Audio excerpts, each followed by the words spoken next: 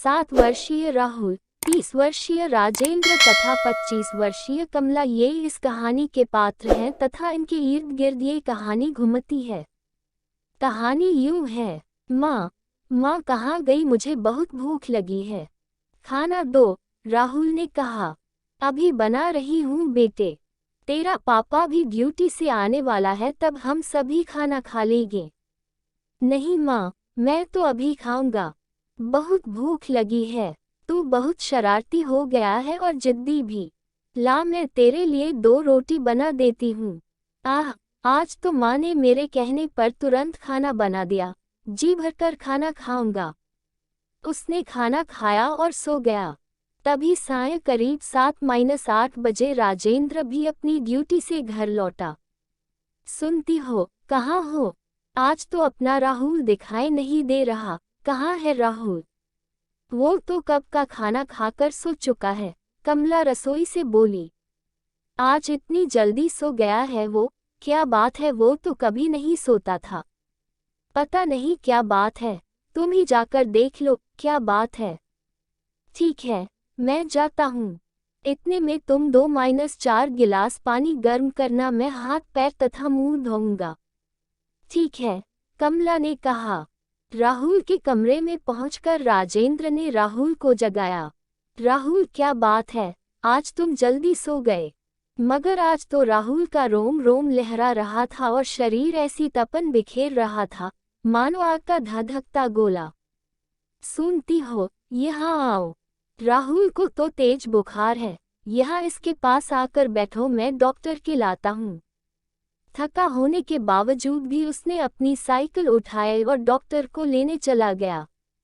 इधर कमला ने भी जब सुना कि राहुल को तेज बुखार है तो अपना सारा काम छोड़कर उसके पास आकर बैठ गई। राहुल का सारा बदन तप रहा था।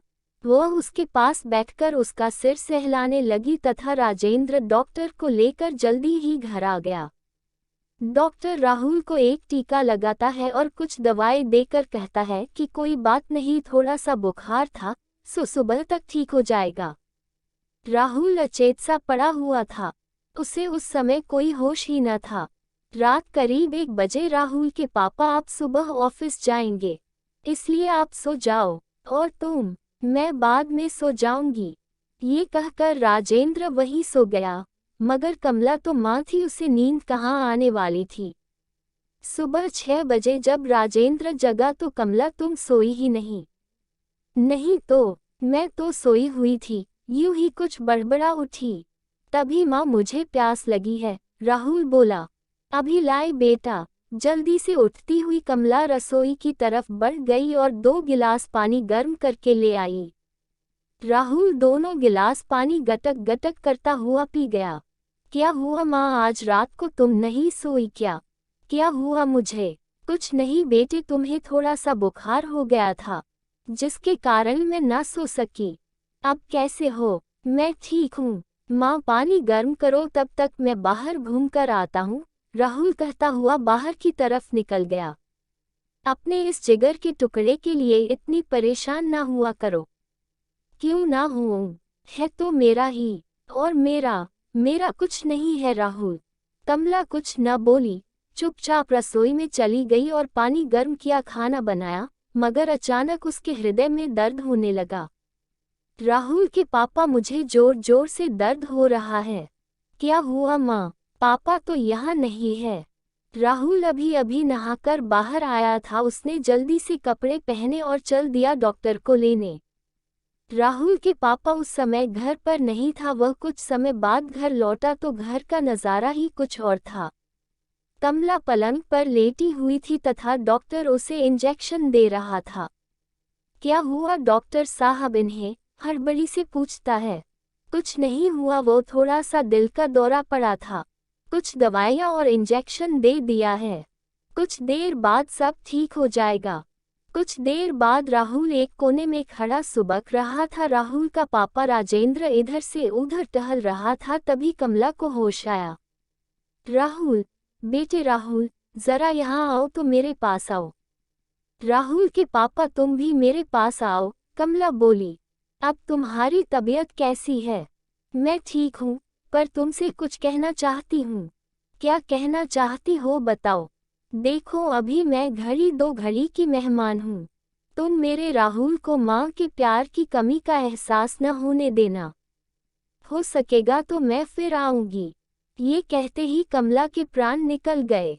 राजेंद्र उसके गले से लिपटकर जोर जोर से रोने लगा। उसके परिवार में उसे ही कमला की मौत का ज्यादा सदमा लगा था। उसकी पत्नी की लाश को गांव में ले जाया गया। वहां पर राजेंद्र का पूरा परिवार, माँ बाप दादी आदि सभी ने मिलकर कमला का अंतिम संस्कार आदि किया। कुछ दिन वहां रहने के बाद राजेंद्र राहुल को लेकर वापस शहर आ गया। अब तो वह घर खाने को दौड़ता। कमला के चले जाने के बाद राहुल कुछ उदास रहता और स्कूल से सीधा घर न आकर पिता के ऑफिस चला जाता। वहां पर ऑफिस के कर्मचारी उसे प्यार करते और कभी कभार उसे दुकान पर या घुमाने ले जाते। इस तरह से राहुल ने तो अपने दिन बिताए और 7 महीने में ही उसकी स्थिति सुधर गई, मगर उसके पिता राजेंद्र को तो जैसे घोर अंधकार ने घेर लिया हो। वह तो कमला के विरह में पागल सा हो गया था। ऑफिस में तो उसका दिन ऑफिस के कामों में उलझे रहने के कारण तुरंत कट जाता, मगर घर आते ही जैसे उसका माथा ठनक जाता। वह जब घर में घुसता तो कमला को याद करके एकाएक उसकी आंखों से अश्रु धार फूट पड़ती, मगर कहीं राहुल को पता न चल जाए इसलिए वह जल्द ही रसोई में जाकर खाना बनाता और दोनों बाप बेटे खाना खाते और सो जाते। सुबह जल्द ही उठते और राहुल को नहला कर खुद नहाता, फिर खाना खाकर दोनों तैयार हो चल देते। राजेंद्र के ऑफिस के पास ही राहुल का स्कूल था। राजेंद्र उसे स्कूल छोड़ देता और खुद ऑफिस चला जाता। एक दिन राहुल के स्कूल में एक नई अध्यापिका का आना हुआ। वह अध्यापिका हिंदी पढ़ाने के लिए आई थी। सभी बच्चों में उत्साह था हिंदी की नई अध्यापिका का, मगर राहुल को तो उस दिन अपनी माँ की याद आ रही थी। वह कक्षा में सबसे आगे बैठता था। कक्षा में अध्यापिका आई, सभी बच्चे उसके सम्मानार्थ खड़े हो गए, मगर राहुल बैठा रहा। ये कौन है जो अभी तक खड़ा नहीं हुआ? नई अध्यापिका ने कहा। जी बहन जी, जब से इसकी माँ का देहांत हुआ है तब से यह बेचारा इसी तरह से गुमसुम सा रहता है, एक बच्चे ने कहा। क्या नाम है इस नन्हे से बच्चे का? जी बहन जी, राहुल। राहुल राहुल इधर आओ, कुर्सी पर बैठते हुए नई अध्यापिका ने कहा। मगर राहुल पर इसका कोई असर हुआ ही नहीं, वह चुपचाप बैठा रहा। अध्यापिका कुर्सी से उठकर राहुल के पास जाकर कहती है, राहुल राहुल खड़े हो जाओ। तभी राहुल एकाएक खड़ा होकर अध्यापिका की ओर देखता है तथा माँ कहकर उसके पैरों से चिपक गया और रोते हुए कहने लगा, माँ तुम इतने दिनों कहाँ थी, जो आज आई और अभी भी मुझसे प्यार नहीं करती हो। एकाएक अध्यापिका के अंदर भी प्रेम का संचार हो गया, ना चाहते हुए भी उसके हाथ राहुल के सिर पर घूमने लगे। राहुल उससे चिपक कर रो रहा था। अब अध्यापिका की आंखों में भी आंसू आते उससे पहले ही राहुल चुप हो गया और अध्यापिका भी उसके पास से हटकर कुर्सी पर जाकर बैठ गई। अब तो राहुल की खुशी की ठिकाना न रहा। अब हर दिन राहुल खुशी खुशी स्कूल जाता और एक दिन वह अध्यापिका से बोला कि माँ तुम अपने घर कब चलोगी? देखो बेटा, तुम मुझे स्कूल में माँ मत कहा करो, और रही घर चलने की बात तो मैं फिर कभी घर आऊंगी। इस प्रकार से अब राहुल खुश रहने लगा और समय पर जल्दी से उठकर अपने स्कूल पहुंचता। राहुल अब अच्छी तरह से पढ़ाई करने लगा।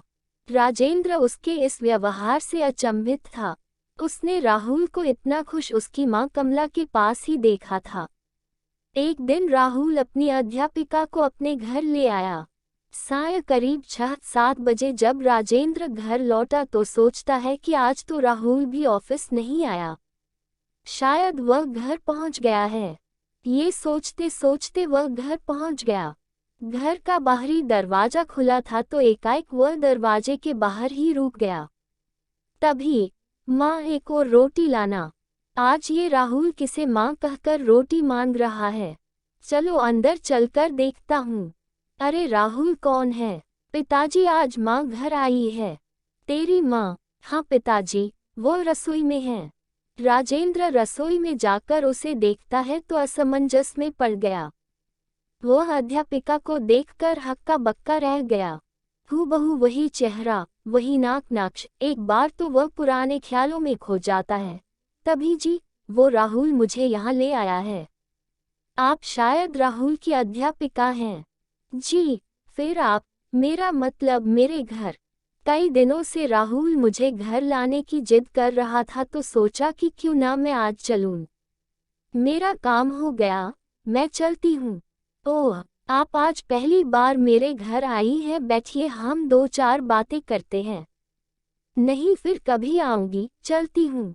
चलो ना सही, पर अपना नाम तो बताती जाती।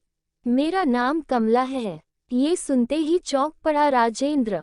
वही नाम, वही शक्ल, कहीं ये कमला की आत्मा तो नहीं।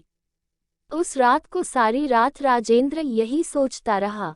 दूसरे दिन राजेंद्र ने अपने ऑफिस का सारा काम नक्की किया और चल दिया घर की तरफ। आज फिर राहुल की अध्यापिका उसके घर आई थी। आज राजेंद्र ने हिम्मत करके कमला से कहा, क्या आपकी शादी हो चुकी है? नहीं तो क्या आप मुझसे शादी करेगी? क्या? जी, मेरा मतलब है राहुल तुमसे बहुत प्यार करता है और तुम्हें अपनी माँ समझता है। उसे उसकी माँ मिल जाएगी और मेरा घर जो करीब 1 साल से वीरान पड़ा है उसमें फिर से बाहर आ जाएगी। मैं सोचूंगी। कितना समय चाहिए आपको सोचने का? जी, करीब 1 दिन चाहिए ही। अच्छा तो चलती हूँ। 1 दिन? ठीक है, मैं तुम्हें 2 दिन का समय देता हूँ। 2 दिन बाद कमला फिर राजेंद्र के घर आई। राहुल, ओ राहुल, कहाँ हो तुम? आया माँ। तुम्हारे पिताजी कहाँ हैं? क्या हुआ? कमला जी, आपने कुछ सोचा? राजेंद्र बोल पड़ा। हाँ, मैं काफी सोच विचार कर इस नतीजे पर पहुंची हूँ कि किस नतीजे पर? कि मैं तुमसे विवाह करने को तैयार हूँ। राहुल और राजेंद्र दोनों में एक खुशी की लहर दौड़ गई। इस प्रकार से दोनों की शादी हो गई। राहुल को उसकी माँ मिल गई और राजेंद्र को उसकी खोई हुई कमला। उस वीरान हुए घर में फिर से बाहर आ गई।